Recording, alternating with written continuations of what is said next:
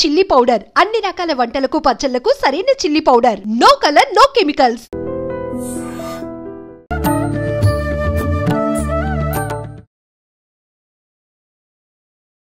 నమస్కారం, welcome to I Dream. ధర్మ మార్గం విత్ విజిత కార్యక్రమానికి స్వాగతం.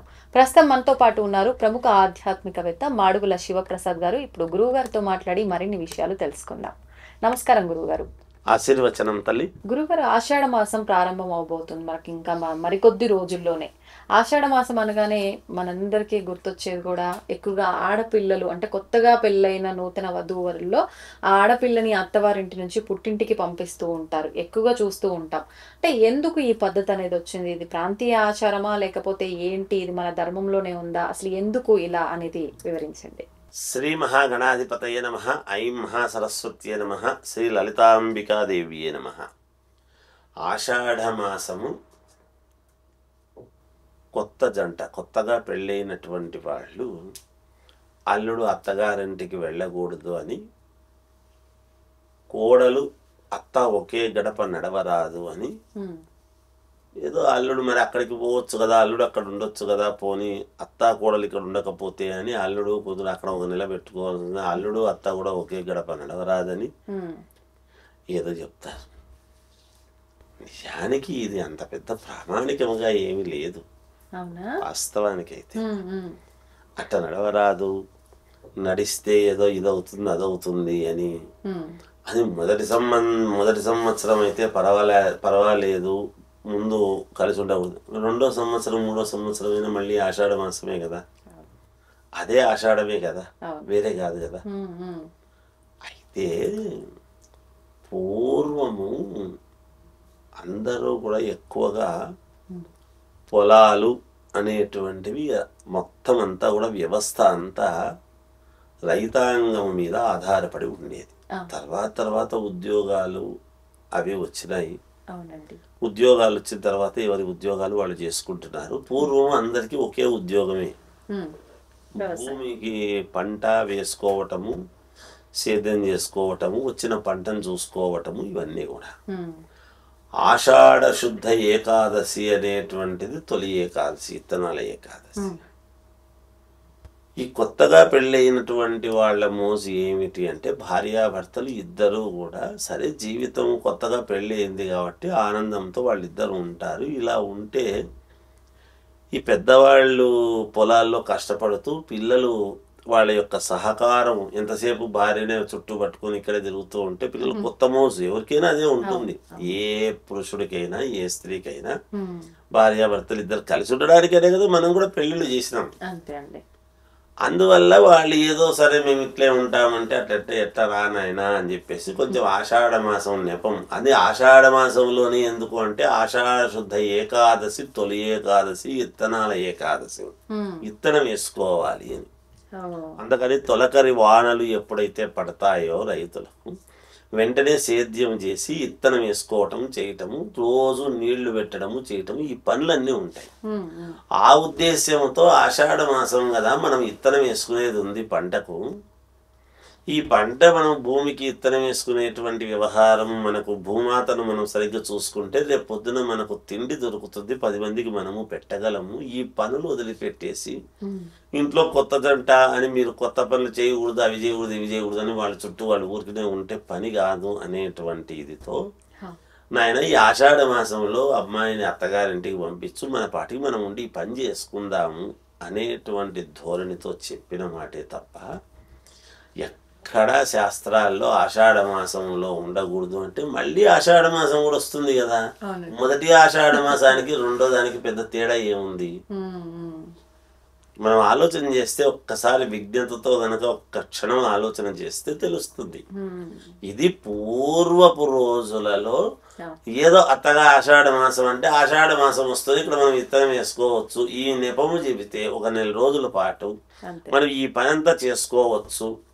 ఈ నెలలో బ్రహ్మాండంగా ఒక మొలకలు వచ్చినాయి అంటే మళ్ళా జీవితం పండుతుంది, ఒక ఇది వస్తుంది అనేటువంటి ధోరణితో వీళ్ళ యొక్క ఇదనే కాదు, వాళ్ళు కూడా సాంసారిక జీవితంలో కూడా సంసారము పండాలి అంటే కూడా కుటుంబం కలిసి ఉండడము, భార్యాభర్తల యొక్క జీవితం సాగించడానికి కూడా కొంచెం కాస్త ఒక నెల అలా ఉండేటప్పటికి మళ్ళా దగ్గర అయ్యేటప్పటికి ఆ సంతోషము ఉంటుంది అనేటువంటి భావనతో చెప్పినటువంటి మాట తప్ప శాస్త్రాల్లో ఎక్కడా కూడా ఆషాఢ మాసంలో కొత్తగా పెళ్ళైన వాళ్ళు ఉండొద్దండి, అత్తా కోడలు నడిస్తే ఏదో ప్రమాదాలని, ఏదో అల్లుడు అత్త నడిస్తే ఇబ్బందని, వీళ్ళిద్దరు ఇంకో చోటికి పోయి వేరే చోటు ఉండడం అనేది, మేము అట్లా విహారానికి పోయి వస్తాములంటే అదొక ఖర్చు. అట్లా లేదు, అట్లా ఏమీ లేదు తల్లి ఎక్కడ కూడా శాస్త్రాల్లో. ఉన్న చెప్పినటువంటి మాట మనం అన్ని ప్రతిదీ కూడా ఇవాల్టి రోజుల్లో మనం అడుగుతున్నాం, ఆలోచనలు చేస్తున్నాం. ప్రతిదానికి మన పూర్వం ఏమిటి, మూలాలు ఏమిటి అనేది ఉంటుంది. ఆ మూలాలను మనం ఏది ఆలోచన చేయకుండా ఆధునిక వ్యవహారాన్ని మాత్రమే మాట్లాడుతూ ఉంటాం. అందువల్ల వస్తున్న సమస్యలు ఇవి. ఆషాఢ మాసం ఏం పంపిలా, ఇంకా అదేదో పెద్ద శాస్త్రాల్లో చాలా నిఘంటువుల్లో రాసి పెట్టిన వాళ్ళ మాదిరిగా ఏదో ఉపనిషత్తుల్లోనూ ఇంకా నిర్ణయ సిద్ధు ధర్మసింధులో ఇవే ఉన్నాయి అన్నట్టుగా ఏం ఇంకా పంపిలే మీ కోడల్ని ఆషాఢ మాసంలో. ఆషాఢ మాసం ఎందుకు, ఏదేదో పెద్ద ఇదైనట్టు. ఆషాఢ మాసం అనేది ప్రతి సంవత్సరం వస్తుంది. కొత్తగా పెళ్లి అవుతున్న వెంటనే వచ్చిన ఆషాఢ మాసానికి రెండో ఆషాఢ మాసానికి పెద్ద తేడా ఏముంటుంది? ఏముండదు. పెళ్ళి ఇప్పుడేమో మహా అయితే ఒక నెల అవుతుంది, అప్పుడు 1 year అవుతుంది. ఏం పెద్ద తేడా ఏమవుతుంది చెప్పండి? ఏముండదు. ఏదో ఆషాఢ మాసం పంపిస్తున్నాం అంతే, వాళ్ళకి ఏం తెలియదు. ఎలా అయిపోయిందంటే ఇది ఒక మూఢనమ్మకంగా తయారైపోతుంది. పంపించకపోతే మీరు అన్నట్టు నిజంగానే ఏదో జరిగిపోతుంది, అనాది కాలం నుంచి ఆచరిస్తున్నారు, ఇప్పుడు కొత్తగా ఆచరించకపోతే ఎట్లా అని చెప్పి. అనాది నుంచి ఆచరించేటువంటిది కూడా ఏదో ఇది కాదు, అత్తా కోడలు ఇంట్లో ఉంటే ఇబ్బంది అనేటువంటి దానికి కాదు ఆచరించింది. ఆ రోజులలో అందరూ రైతులే, కులము కాదు ఇక్కడ. రైతులు అనేటువంటి వాళ్ళు బ్రాహ్మణులకు రైతాంగం ఉంది, వైశ్యులకు ఉంది, క్షత్రియులకు ఉంది, శూద్రులకు ఉంది. ప్రతివాడు రైతే. ఎంతో కొంత పొలం ఉండేది, ఒకరికి 2 ఎకరాల, ఒకరికి 10 ఎకరాల, ఒకరికి 100 ఎకరాల, అలా ఎవరి శక్తి కొద్దీ వాళ్ళకు ఉండేది. ఎవరికి వాళ్లకు ఉన్నప్పుడు ఎవరికి వాళ్ళందరూ కూడా సేద్యం చేసుకొని నీళ్లు, అప్పుడు బోర్లు అవి తక్కువ, బావులన్నా ఉండేటివి, లేదా మామూలుగా ప్రకృతి సిద్ధముగా భగవంతుడు ఇచ్చినటువంటి దీన్ని చెరువుల నుండి, చెరువు గేట్లు ఎత్తితే అక్కడి నుంచి నీళ్లు రావటం అనేది ప్రవహించేది ఉండేది. అలా నీళ్లు కట్టుకోవడము చేయటము ప్రతి వాళ్ళు కూడా ఆ పనులన్నీ పొలాల పనులు చేసుకునేవాళ్ళు. అంటే ఇప్పటిలాగా మళ్ళీ అప్పుడు యంత్రాలతో చేసేది కూడా లేదు. అప్పుడు లేదు, అంతా మనుషులే కదమ్మా, ఎద్దులు మనుషులు వాళ్ళే శ్రమపడి చేసుకునేవాళ్ళు. ఎవరి కుటుంబం అంతా ఇంట్లో ఆడవాళ్లతో సహా పొలాలకు పోయేవాళ్ళు, ఇళ్ళు లాక్ చేసుకొని.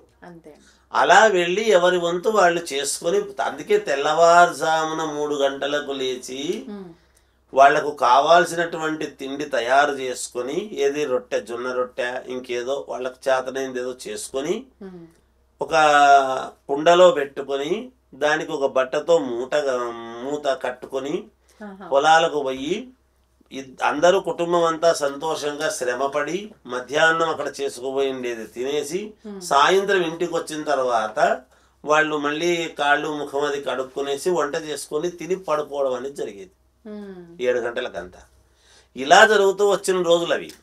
ఆ సమయంలో ఇబ్బంది అవుతుంది నాయన. కొత్త కోడలను పని చేయమంటే బాగుండదు, కోడలు రాగానే మా అమ్మాయికి పని చెప్పినారని వాళ్ళు ఫీల్ అవుతారనే దానికి వద్దు, మన పొలం పనులు ఎంత తెలిసినా మొదటి సంవత్సరం వదిలేద్దాం అని నువ్వు ఇంటికి పొమ్మని పుట్టింటికి వాళ్ళు సంతోషంగా పోతారు, ఉంటారు. మావాడు ఇక్కడ ఉంటాడు, నువ్వు 1 నెల రోజుల పాటు మేము పనులు చూసుకుంటామనే దానికి పెట్టినటువంటి తతంగం తప్ప ఎక్కడ ఏ శాస్త్రాల్లోనూ ఇది వాళ్ళు ఆషాఢ మాసం అయితే భార్యాభర్తలు కలిసి ఉండకూడదు అనేటువంటిది ఎక్కడా లేదు. అత్తా కోడలు కలిసి తిరగరాదనేది లేదు, అత్త అల్లుడు తిరగరాదని లేదు. మధ్యలో మామ ఏం చేస్తాడు? ఇంకా మామ ప్రసక్తే లేదు చూడండి. ఇక్కడ కేవలం అత్తా కోడలు మాత్రమే చెప్తారు, అక్కడ అత్త అల్లుడు మాత్రమే. ఒక ఇంట్లో ఉండరు, మళ్ళీ అక్కడికి పోతాడేమో అని అక్కడికి పోవద్దు అని చెప్తారు. ఇవన్నీ పోవద్దని చెప్పిన కారణం ఎందుకు అంటే ఈ మాట. ఇంకా కొన్ని ఉన్నాయి శాస్త్రాలు. ఏమిటంటే మీరు ఈ మాట అన్నారు కాబట్టి చెప్తాను. పౌర్ణమి ముందు ఆడవాళ్ళు ఎప్పుడు కూడా పుట్టినింటికి అమావాస్య ముందు అత్తగారింటికి వెళ్ళకూడదు. అది పాటిస్తారు. అంటే ఎన్ని రోజుల ముందు గురుగారు? మరీ ముందు చతుర్దశి త్రయోదశి నాడు అట్లా వెళ్ళకూడదు. వెళ్ళొచ్చు, వారం ముందు వెళ్ళొచ్చు.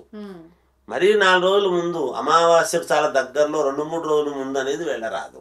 అలాగే పౌర్ణమి ముందు పుట్టినింటికి ఆడవాళ్ళు వెళ్ళరాదు అనేటువంటిది అది మళ్ళీ ఉంది.